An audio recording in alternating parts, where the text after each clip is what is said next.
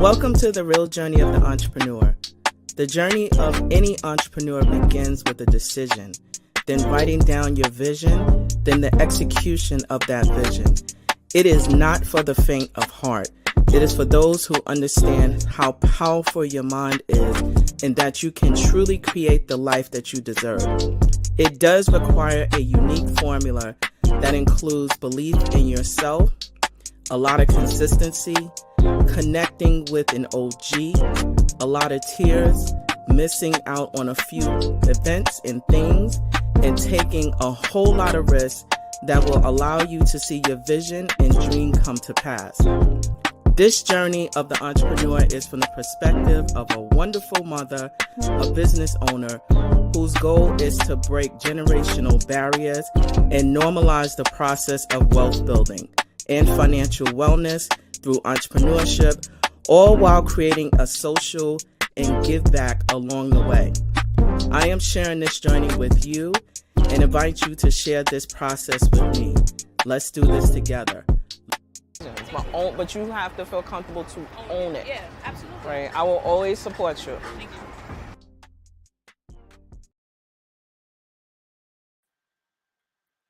Well, hello there, good people. We are back for season number 3. Not 6, 3, just 3. But I am really excited to have you join us. And thank you for liking, sharing, walking through the process of the many entrepreneurs who have the courage to talk about their process. With the real journey of the entrepreneur, we are aiming to educate, to share, to promote, and to support one another through the process of entrepreneurship. Because the one thing we do know for sure is that entrepreneurship is really not for the faint of heart. There are times when we are in spaces that could be very lonely. There are times when we are creating and want to share, but not really sure due to our, just not being confident in the beginning. But the one thing that I can say throughout this process, my specific process, is that the more consistent and the more I have the ability to be in this space, is that I am growing, I am creating, I am learning, I am also crying because that happens too. But I'm also giving my gifts and sharing my gifts to the world. And so everyone that enters into the space of entrepreneurship is probably doing the same thing, but deepening their cause and their purpose for stepping into entrepreneurship. And so, as you know, I say I have the best seat in the house. Why? Because I get to learn, share, exchange, but also have the opportunity to interview some amazing, inspiring individuals who have stepped into the space of entrepreneurship just like me. And you wonder, what is it that keeps us in this space of entrepreneurship? I don't know. I think it's, pretty much we have this vision and this dream that we write on vision boards, on pieces of paper, within our phones, that keeps us motivated. But it's still, a process that every day we have to work at. So I have the opportunity to interview another courageous soul who has entered into the space of entrepreneurship. So enough of me. Let's just bring on my guest. Hi, Stella. Hi, Anita. How are you? Doing great. How are you? I can't complain. It is a good day in the world of entrepreneurship. So, Yes. do tell. You are a business owner of the Hudson River Exchange. Tell us a little bit about what that is. So Hudson River Exchange has evolved over time, but essentially we are a maker incubator and kind of support maker-owned businesses to offer them different spaces for kind of showcasing what they do through retail pop-ups, market events. We've also in the past hosted kind of small business workshops, and really aiming to be a resource for maker-owned small business development. So when you say maker, what is that exactly in the space of entrepreneurs? Yeah, that's such a great question, because I know that that word can mean different things in different spaces. For me, it's kind of shorthand of people that operate in kind of like the handmade space, or independent designers, more small scale cottage industry, local, focus on local and ethical sourcing. And we have so many in the Hudson Valley. It's a really exciting place right now, with all the different types of businesses that come out, are kind of present in this category.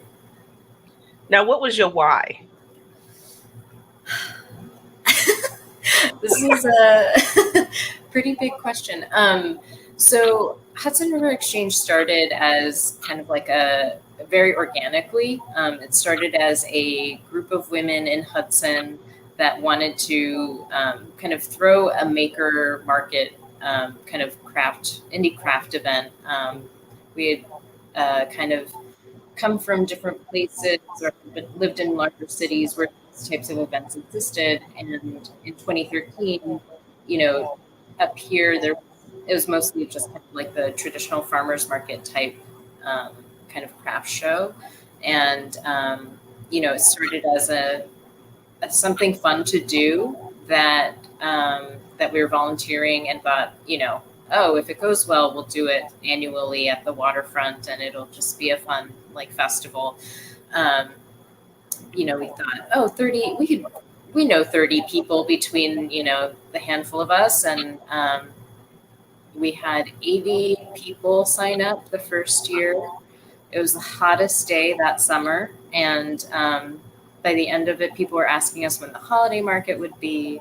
Oh, wow. Had no idea that there were all these other local makers. Retailers from Warren Street were like, I had no idea there were all these people make, handmade businesses locally that I can carry in my shop. So it was this real moment of realization that there was a need.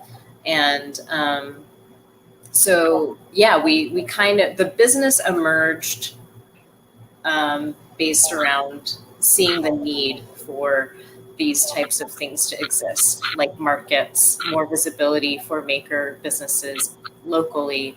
Because, people primarily have online shops, and traveling to larger cities. But, there's obviously, our first event showed us that there was not only a need, but an interested audience. So that was really motivating. So I mentioned it was a small group of us, and a couple of us kind of continued on and formalized the creation of it being a business. And we did a holiday market, and kind of continued to evolve from there. As for me and my why, I am really interested in working with creative people. I went to art school, and I think through that journey, it became clear to me that I loved painting and drawing, and I've done it all. And but I noticed kind of peers and friends that kind of had a story to tell that was very specific. And I didn't kind of have that same calling, but I did see, there are also people that help tell the stories of artists, like whether it's through a gallery or a museum. And I was really interested in that kind of work, and curating. And I've always loved objects. And so I ended up getting into working for anthropology at one of their stores in the visual department. And it was kind of this interesting intersection of like curating within a commercial context, storytelling through objects. there are many other threads and jobs that I've had. It's like my background's pretty varied, but yeah, it's generally kind of revolved around like storytelling through objects. Okay, where do I go next? All right, so there's a couple of things that I did here. The first thing is that there was a need that was identified, Mm-hmm. and the other thing is that it was a risk, right? A lot of times when we're starting businesses, we don't have all of the answers, right? And that's the thing. We don't start off writing a business plan to say that we want to do this. A lot of the data and the evidence that we receive is when we actually jump and just do it. And we learn from our process. Doesn't necessarily mean that it was mistakes, but we learn from our process and we improve on, the actual things that we have done. And so when you said that the business is evolving, but then you're connecting things that you're really passionate about, it sounds like. But you're telling stories through objects. And I want to deepen that a little bit. So what type of stories do you tell through objects specifically? Yeah, I mean, I think for Hudson River Exchange, it's really, not only the stories of the objects, but the people that create them and design them. And I also feel like some of what I do is, when you put two different things made by two different people, they start having a conversation um, when they're displayed on a shelf, and whether that be because you're putting a plate with a hand carved, ceramic plate with a hand carved spoon, or um, you know, an assortment of skincare products made from different people who forage and grow their ingredients. There's this opportunity for people. I like creating these opportunities for people to discover kind of those relationships by placing things next to each other. Mhm. Um, and yeah, I mean, and then there's also, of course, like more explicit ways to just, whether it's through signage, um, or like through somebody like that is working on the sales floor, like, opportunity to tell somebody's story, or tell even like how this object got made. So yeah, I guess it's kind of it's really all aspects, and it's like a really broad definition, I guess, of like storytelling. It's actually a new way I've learned about storytelling, because I'm not really thinking when I'm thinking storytelling, I'm thinking, something more verbal, not Hmm. from a placement or an object standpoint. Yeah. So that's new learning for me. So that's why Mhm. I wanted to know. I'm sure the Yeah. audience wants to know too. Yeah, definitely. So Um, I have a follow-up question. yeah. And this is more so on the startup phase of the actual business. Hmm. What were some initial costs associated with the startup? What was the process? What did that look like in the early stage? Um, so I think one, it was very unusual because we were approaching it as something that we weren't approaching it as a business. We were approaching it as just like a fun thing to do. And I mean, there are a lot of businesses that, do kind of have those origin stories, right? Um, so there was this opportunity. The city of Hudson gives grants to for different arts and entertainment proposals, and I believe we got $800 from the city um, to, we were going to put on this craft fair. Um, that kind of helped with some initial like printing of flyers and, setting up the website and things like that. Um, but we rented a tent, and I think that we charged a vendor fee, and that kind of helped cover things like that. But definitely that first year we weren't paying ourselves, and yeah, kind of from there, we were really bootstrapped. We didn't really have starting capital. We kind of really put in a lot of just sweat equity up front, and um, it was helpful to when we would do an event, we would kind of like use the revenue to kind of feed the next thing. So So there's a couple of terms that you use, right? So for those who are starting up, you mentioned bootstrapping. yes. What does that mean from your definition? mm, you're doing a lot, um, just being really creative, and I guess scrappy is another word. Using what you have and being creative about the resources. It's like connecting the dots of like, who do you know that might be able to help you, you know, rent this thing, or would they be willing to, give a discount because it's a free event to the community?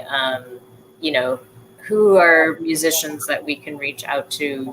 Who, like, just kind of tapping into the network that you have, and yeah, but like at the same time, really having directed conversations, not just kind of saying, "Hey, I need help," but being really specific about your asks. But yeah, I mean, I think bootstrapping is really about. Uh,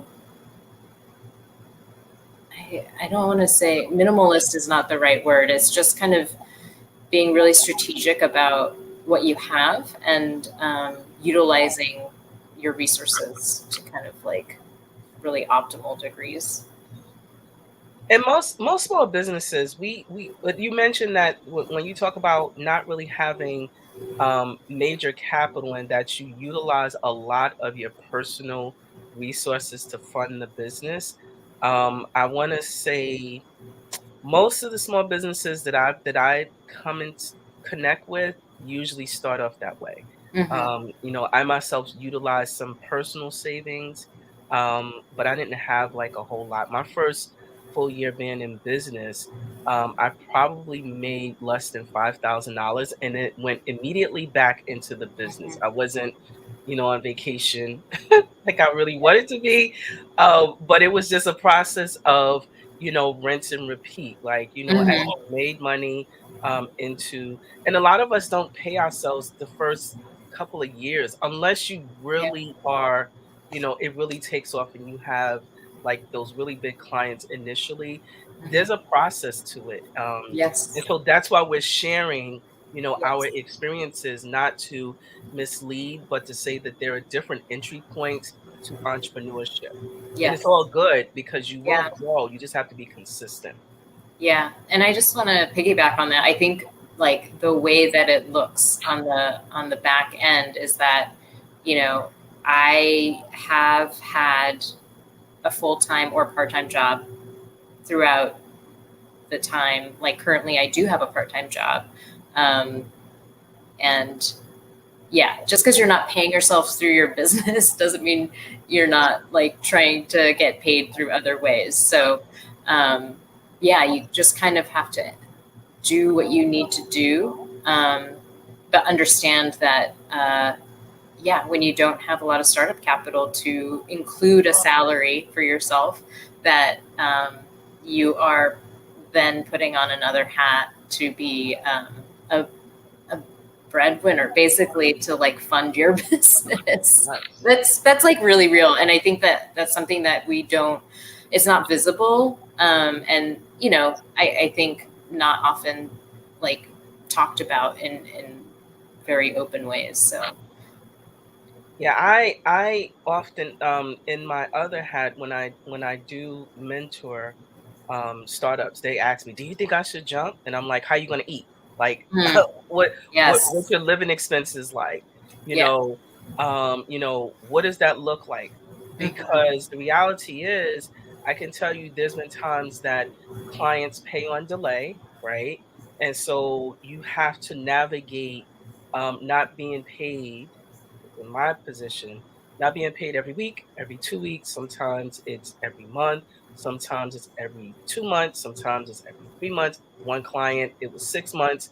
And I was like, what am I thinking? But we were in the middle of a very, and still trying to figure out this pandemic. Still, like, even still, recovery Hmm. still, right? So you have to figure out, you know, how you're saving, how you're going to eat, what your expenses are. Do you or should you reduce your expenses? Should I be eating out? Should I be buying shoes, right? Like, all of those things come into play Yeah. because we still are human and we want to live, certain ways. But there are a number of short-term sacrifices that we make. Yeah. But the reality is that if you don't have, another way to take care of yourself, then it is perfectly okay, perfectly okay to Yeah. have a job, full-time job until, or you may not want it to be until. You may still want to do both ways, but Mhm. you have to figure out and land what works best for you. And do not get caught up in social media. Mhm. Yeah. And I mean, next year it'll be 10 years since our first, inaugural summer event that we Mhm. did. And like I mentioned, it's like during that 10-year span,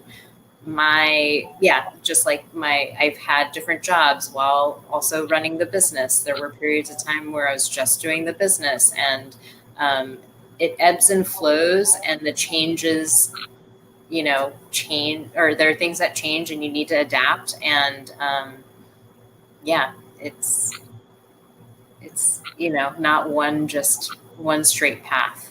Mm-mm. So Yeah, I wish we can tell you that it's a straight path, but yeah. it's really not.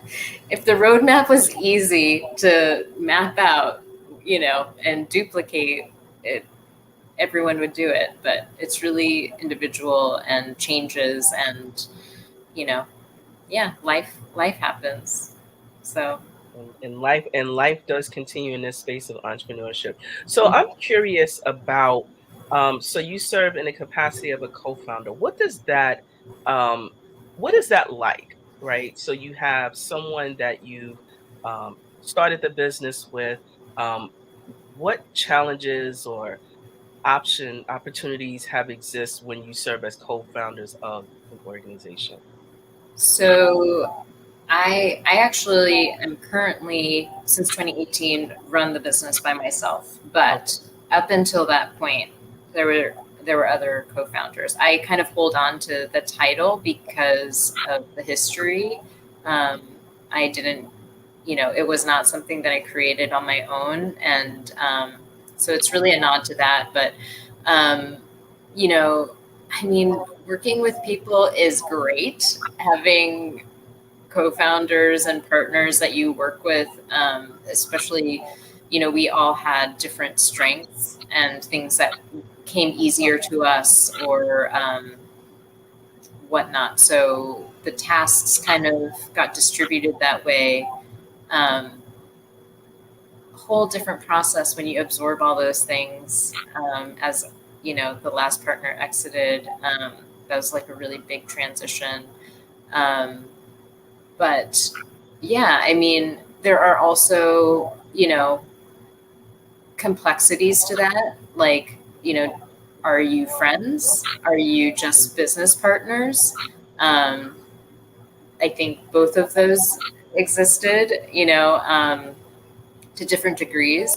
Um, so yeah, it's helpful to understand that it's complex and different.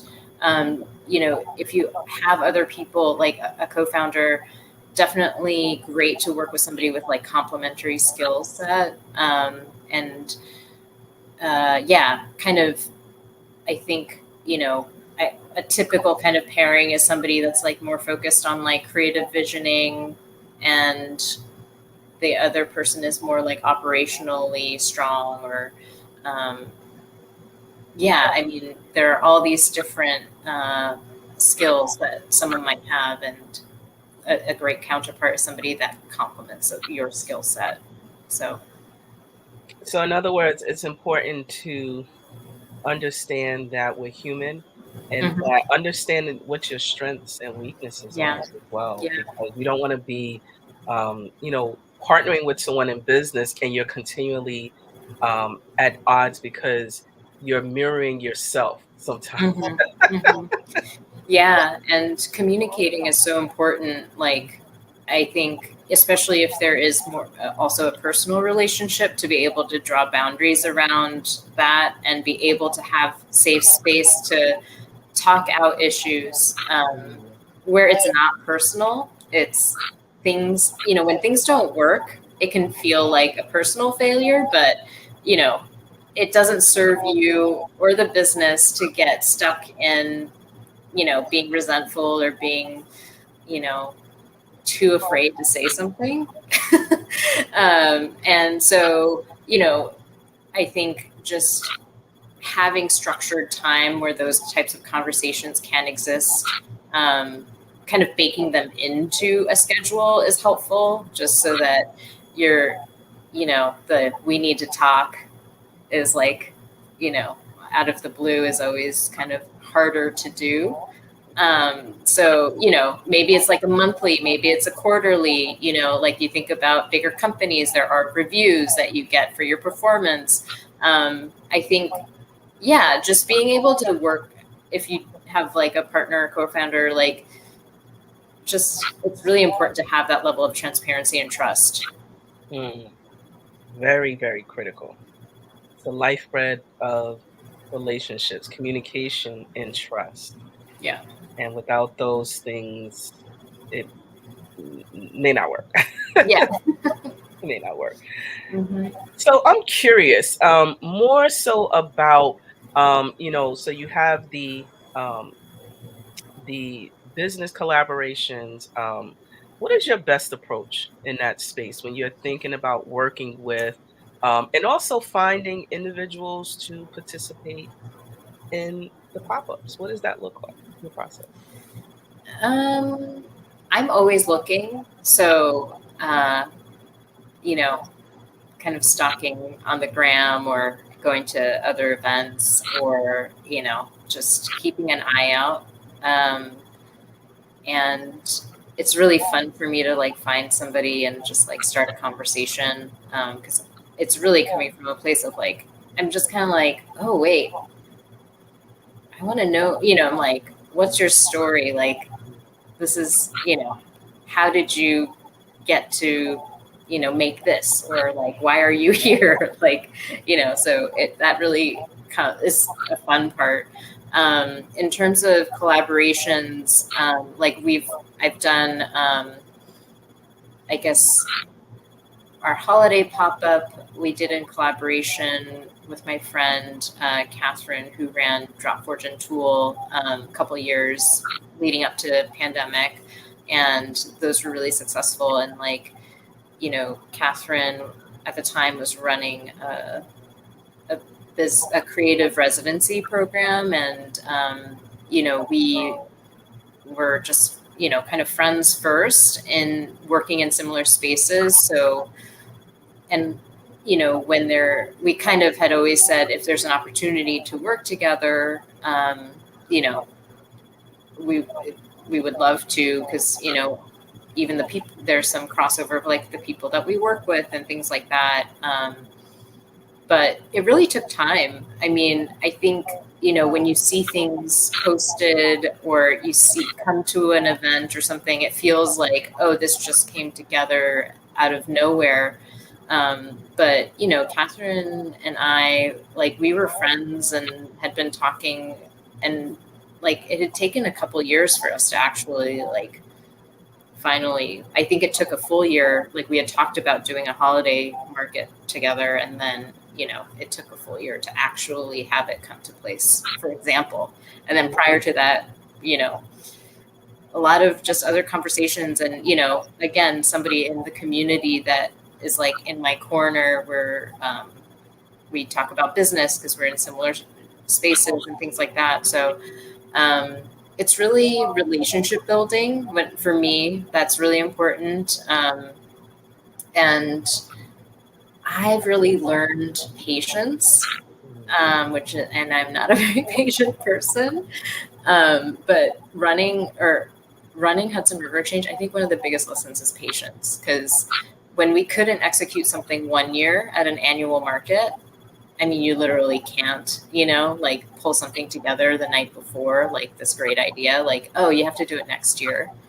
At first that was excruciating. And then I started, pacing out my expectation and like looked forward to like, oh, how do we make this better? Or like, ooh, we get to do this next year and we can raise more money and blah, blah, blah, and get it done better than we would have if we had done it this year, kind of forward planning. But yeah, like all these things, it just takes time. And same with partnerships. It's relationship building. There's a lot that happens behind the scenes before it actually goes live. So that is very true. Very, very true. So in almost wrapping up, I told you it goes really quickly. What realistic tips can you offer someone who is interested in following in your pathway?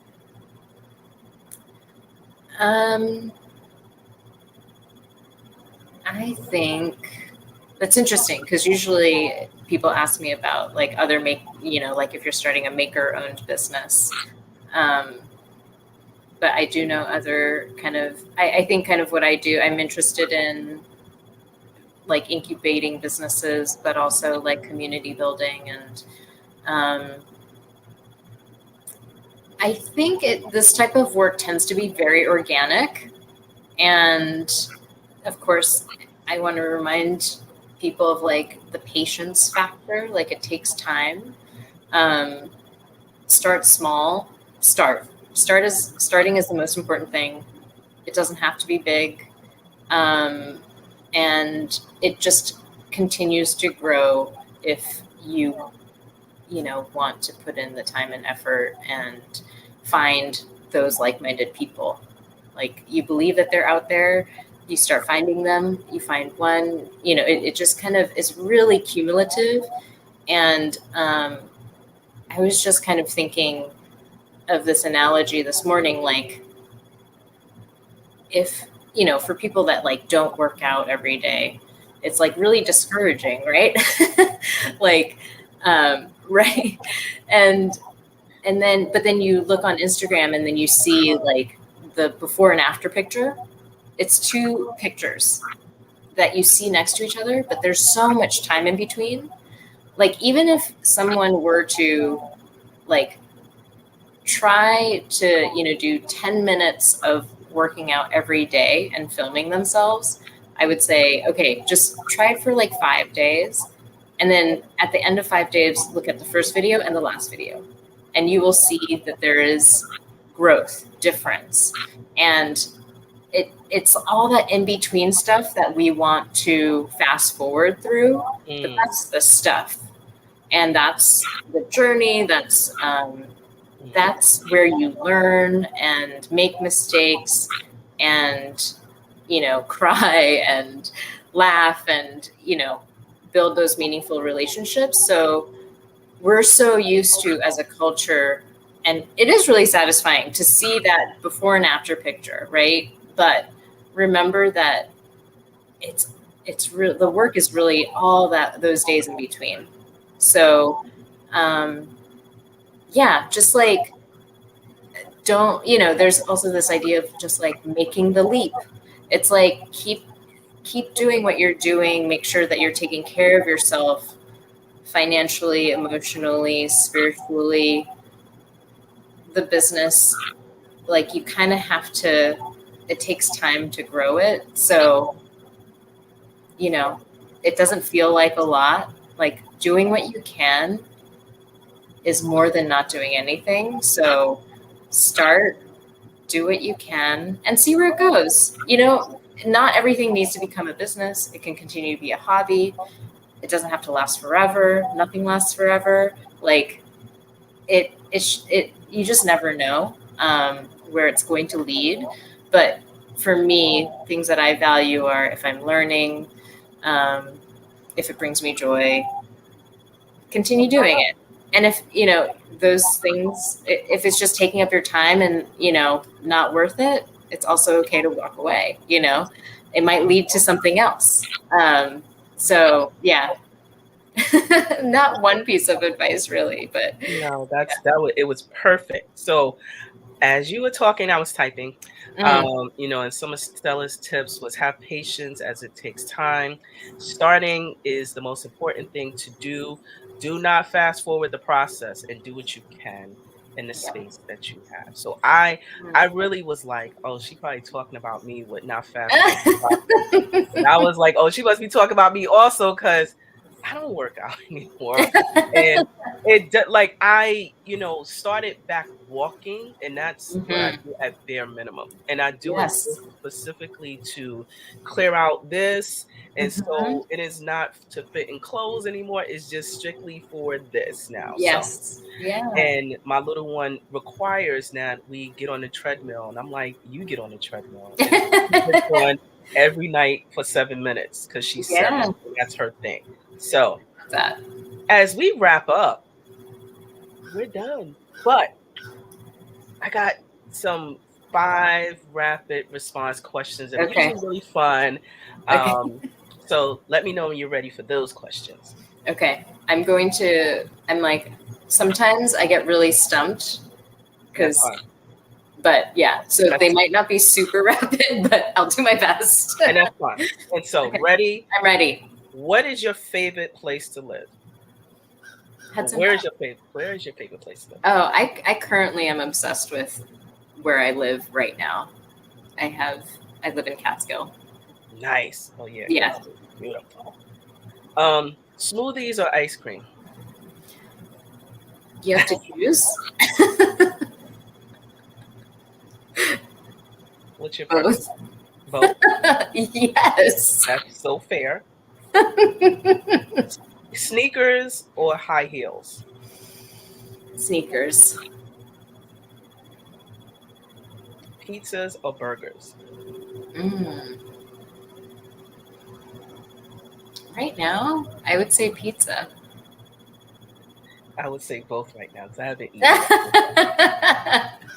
In the next 3 years, what will change within the community in which you're serving right now? This doesn't have to be one word.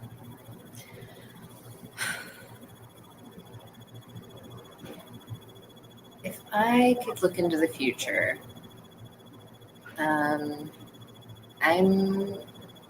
well, it also kind of ties into what I'm trying to manifest right now, which is a space. Yep. A place a Hudson River Exchange that you can come visit. I hope manifest that. Thanks. So, what is the legacy that you want to leave within this space? That's amazing that you asked that question because I just had a conversation about this. And thank you for the question. So I'm 40. I don't plan on having kids. It's not something that I've never really felt called to be a parent. But I do think about legacy. And so much of what I do is really because of my work experience and feeling unseen, unacknowledged, and frankly oppressed. And I think about the legacy of the work that I do to create different workspaces, a way to live and work that just doesn't exist, that is human-centered, celebrates creativity, and cares for people, and work that we're proud of, and like that there's dignity to doing work with your hands. I think that's my hope.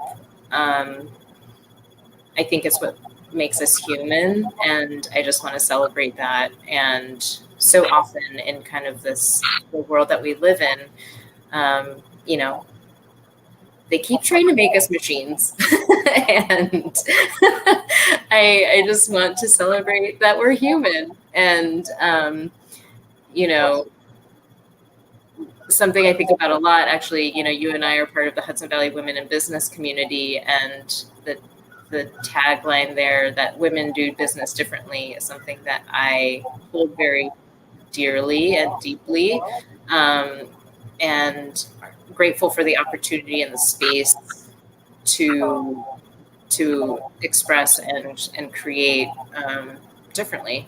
So yeah. And that is so beautifully said. Because oftentimes when we think of legacy, we're thinking that it has to be with a child. Mm, But it's really about, and I happen to have a child, but even think about individually like we each as an individual have a purpose, a calling, mhm, and whatever that calling is becomes a process and a part of our long-term legacy if we have the courage to live it out. But some of mhm. us, may not choose to do so. So, Yeah. on that note, Stella, where can we find you online?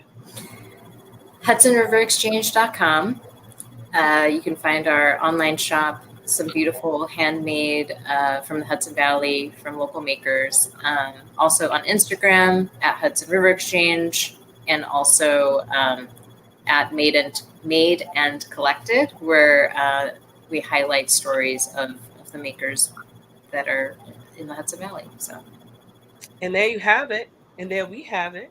Thank you so much, Stella, for taking time out of your schedule to talk about your journey in the space of entrepreneurship. Thank you for having the courage to talk about it because you are telling us details that many may not want to share. So I'm very grateful for you having the courage to share.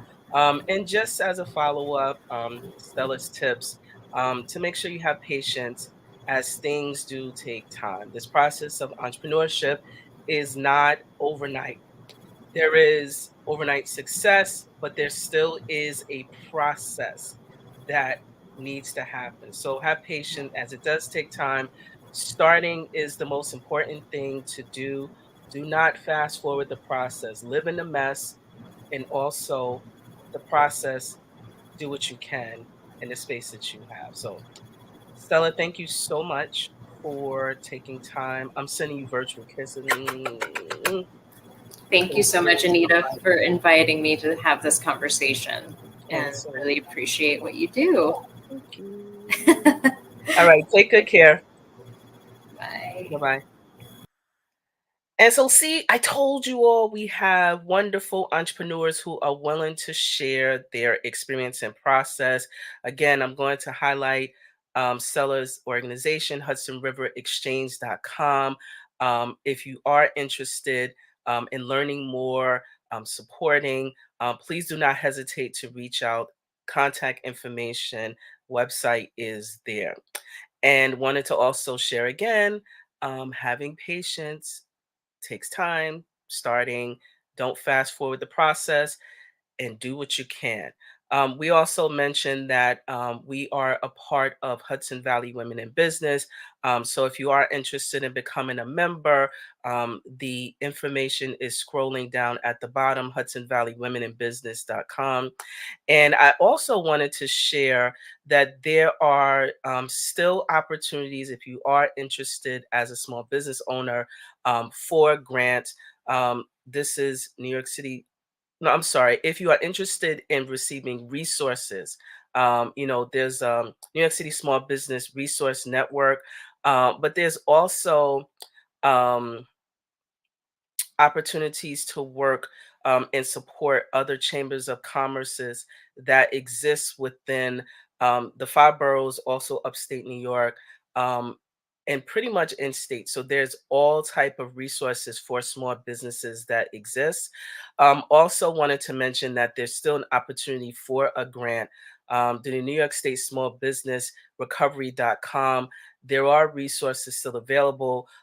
You do have to qualify. You do have to be a structured business, but there is grants that if you have all of your registration requirements, please do take advantage because there's still resources available and we just have to make the application.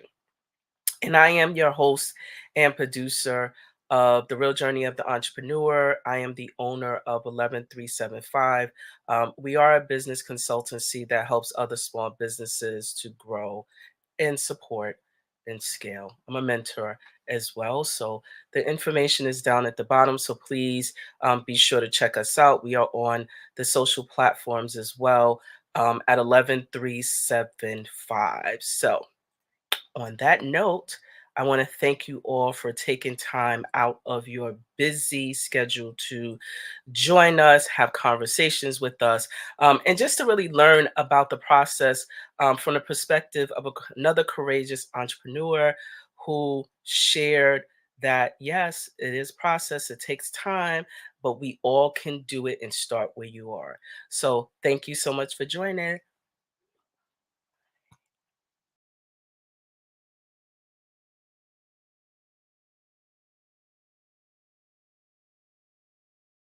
Welcome to 11375. My name is Anita Pierce, and I am the owner of a New York-based MWBE certified business consultancy.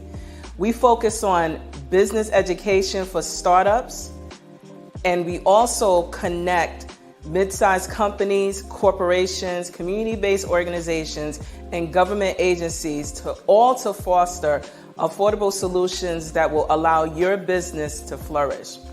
We elevate the awareness of our communities with regards to financial, mental, and also economic wellness. Some of our services include project management, training and facilitation, stakeholder engagement, and also advocacy within the business community. If you're interested in some of our services or all of them, please do not hesitate to reach out to us. We're on all of the social platforms at 11375, or you can check us out at our website at 11375.com. We look forward to supporting you and your business goals.